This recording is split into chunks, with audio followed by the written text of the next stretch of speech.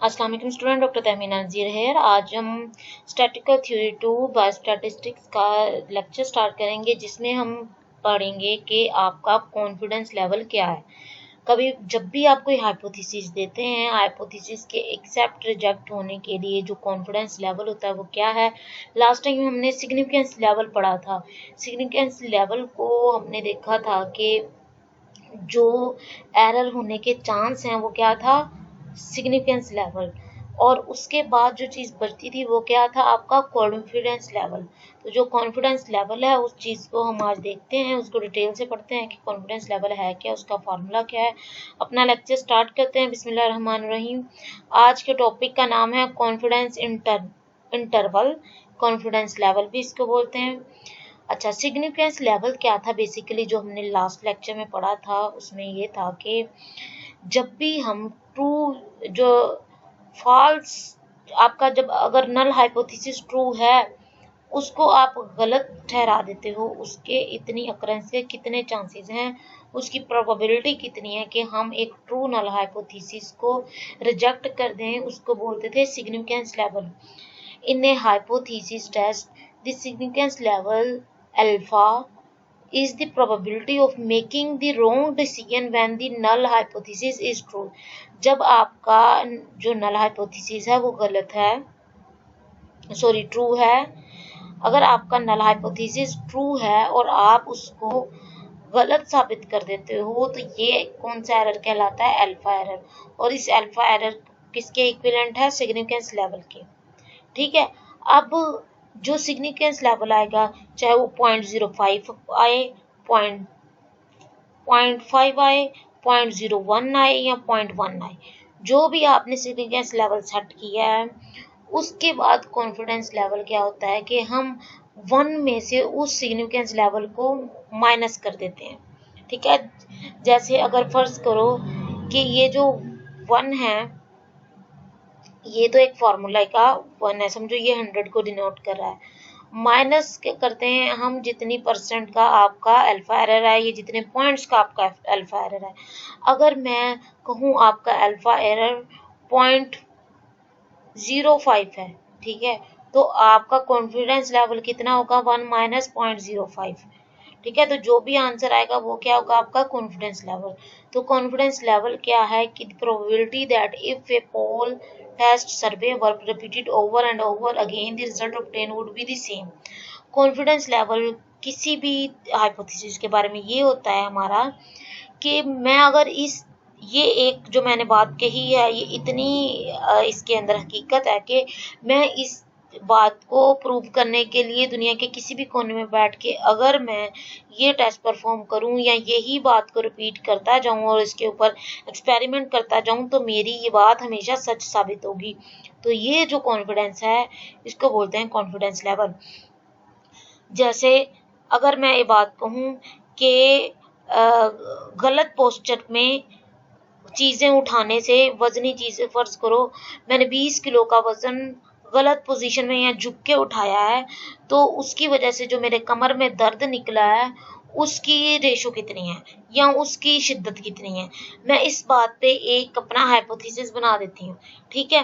तो ये जो मेरी बात है कि जब जब कोई 20 किलो का वजन उठाएगा उसकी कमर दर्द किस शिद्दत का पैदा होगा, वो जो अगर इस बात पे मैं डिठाई शो कर दूं कि जब जब जहां जहां कोई 20 किलो का वजन उठाएगा उसकी कमर में 80% दर्द निकलेगा। ठीक है। तो ये जो 80% का मैंने उसकी वो जो डेड लाइन शो कर दी है, इसको बोलते हैं कॉन्फिडेंस लेवल। तो जो जितनी दफ़ा भी मैं इस पूरी दुनिया में चाहे मैं ये एक्सपेरिमेंट करवा लूँ, तो अगर ये बात हमेशा सच साबित हुई तो वो क्या होगा, उस चीज़ का कॉन्फिडेंस लेवल होगा। ठीक है। तो कॉन्फिडेंस लेवल क्या होता है, 1 माइनस अल्फा एरर।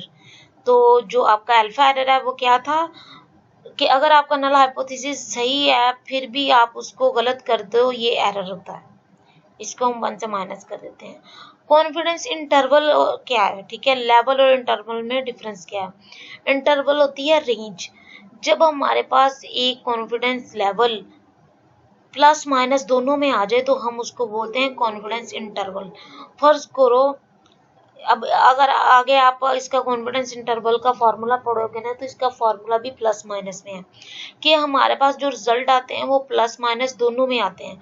जो प्लस माइनस में आने वाली बात है उसकी वजह से हमारे पास एक रेंज में वैल्यू आ जाती है। जो रेंज में वैल्यू आती है, समझो एक वैल्यू छोटी आ जाती है, एक बड़ी आ जाती है, एक लोअर लिमिट की आ जाती है, एक अपर लिमिट की आ जाती है।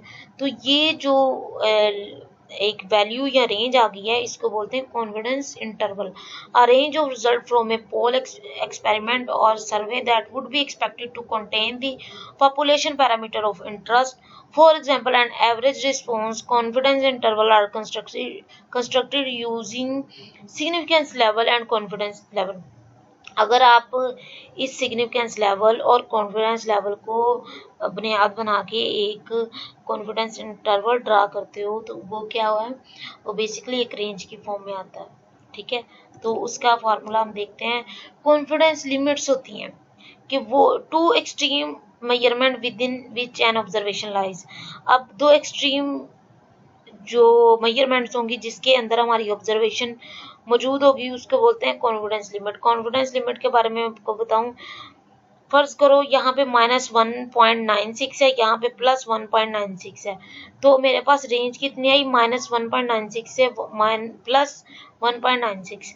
एक माइनस में है वो क्या होगी हमारी लोअर लिमिट, और एक प्लस में वैल्यू वो क्या होगी हमारी अपर लिमिट। ठीक है, तो इधर दोबारा कॉन्फिडेंस इंटरवल की डेफिनेशन की बात की है। A confidence interval is a range or interval of values used to estimate the true value of population parameter. Confidence interval में हम अपनी जो पॉपुलेशन का पैरामीटर क्या होता है कि जब हम पॉपुलेशन के ऊपर स्टडी करते हैं तो हमारे पास जो स्टैटिकल वैल्यू आती है वो होती है पैरामीटर। ठीक है, अगर हम पूरी पॉपुलेशन को स्टडी कर रहे हैं तो हमारा जो कॉन्फिडेंस इंटरवल है वो क्या होगा, एक रेंज के अंदर शो होगा। The confidence level give us the success rate of the procedure used to construct the confidence interval.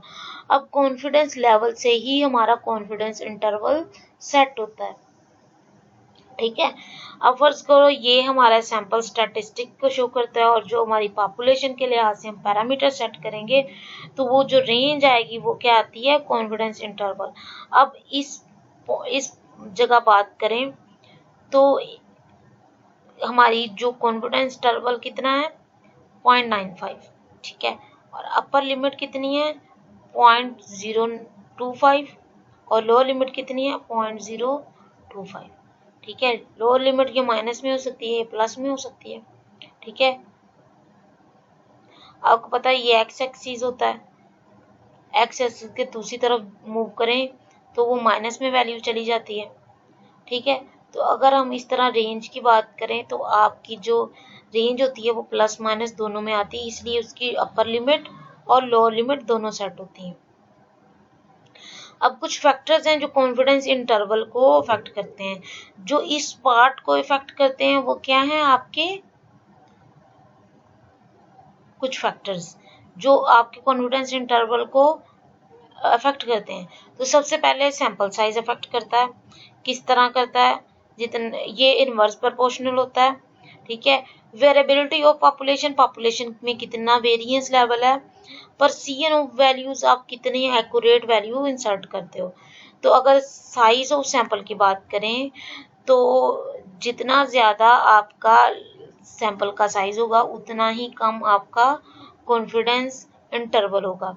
क्योंकि फर्ज करो मैंने पूरे पाकिस्तान पे एक रिसर्च की है, ठीक है, और वो रिसर्च बनिस्बत मैंने एक मुल्तान के एक एरिया में रिसर्च किया, वो रिसर्च उन दोनों में डिफरेंस क्या होगा कि मैंने जो कम लोगों के ऊपर रिसर्च किया है, मुल्तान के एक टाउन के ऊपर रिसर्च किया है, तो मेरे पास उसका कॉन्फिडेंस इंटरवल ज़्यादा होगा, मेरे पास उसकी एक्यूरेसी, उसकी प्रेसिजन वैल्यू ज़्यादा होंगी और मैं ज़्यादा कॉन्फिडेंट होंगी उसके रिजल्ट के बारे में बनिस्बत पूरे पाकिस्तान के ऊपर, क्योंकि एरर ऑफ मेजरमेंट्स की वजह से। ठीक है,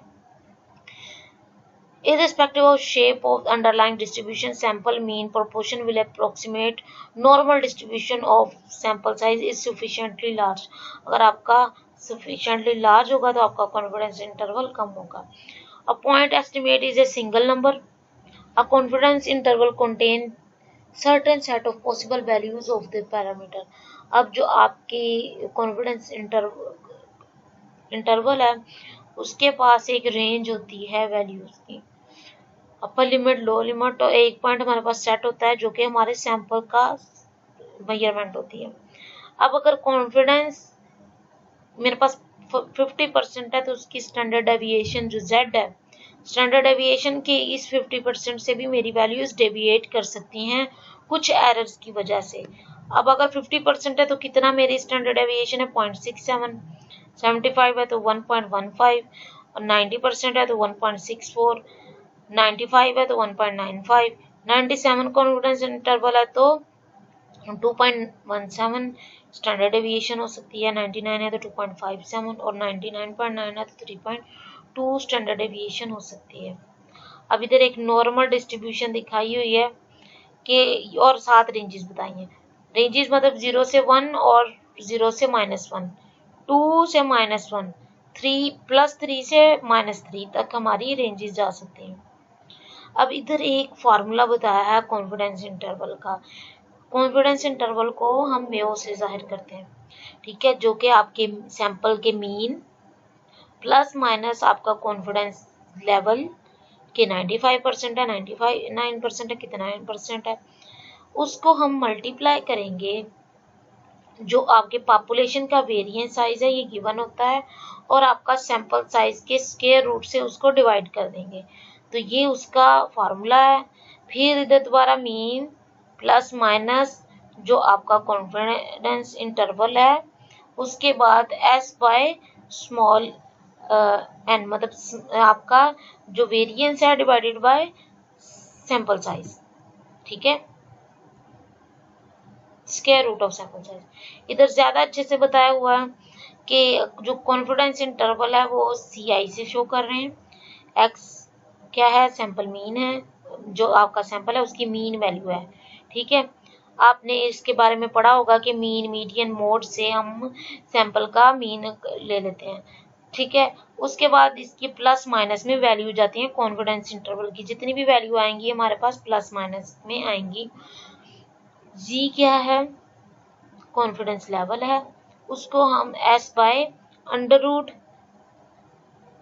n से जाहिर करते हैं। s क्या है आपका स्टैंडर्ड डेविएशन या वेरिएंस भी इसको बोलते हैं, n क्या है आपका सैंपल साइज।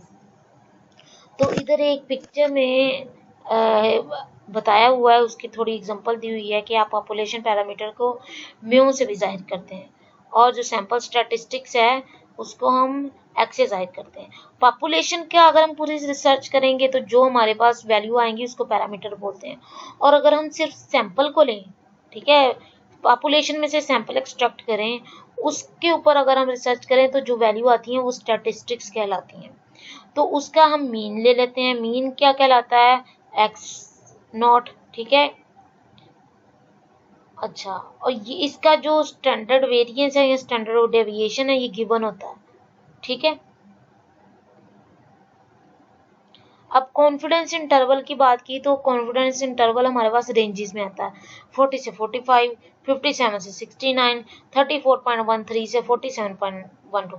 तो इसमें एक ये देखो ये कम वैल्यू है तो ये लोअर लिमिट है, ये ज्यादा वैल्यू है तो ये अपर लिमिट है, और आपका जो कॉन्फिडेंस इंटरवल है इन दोनों के दरमियान लाई करता है, ठीक है। आपका को जो कॉन्फिडेंस लेवल है वो किस पे डिपेंड करता था, आपके सिग्निफिकेंस लेवल पे। हमने सिग्निफिकेंस लेवल से माइनस कर देना है 1 माइनस जितना आपका एरर है या अल्फा एरर है या सिग्निफिकेंस लेवल है, उसके बाद जो वैल्यूज आती हैं वहाँ या वो 99 हो सकती है, 95 हो सकती है, 90 हो सकती हैं। ये चीज़ मैंने आपको बड़े अच्छे से पहले बता दी है। अब इधर एक एग्जाम्पल दी हुई है कि आपने 99% लेवल ऑफ कॉन्फिडेंस फाइंड करना है ताकि आपको पॉपुलेशन का पैरामीटर पता चल सके, और पॉपुलेशन के पैरामीटर में सारी वैल्यूज दी हुई हैं कि आपका जो मीन है वो 1.58 है, जो वेरिएंस है वो 1.20 है, और जो सैंपल साइज है वो 60 है, ठीक है।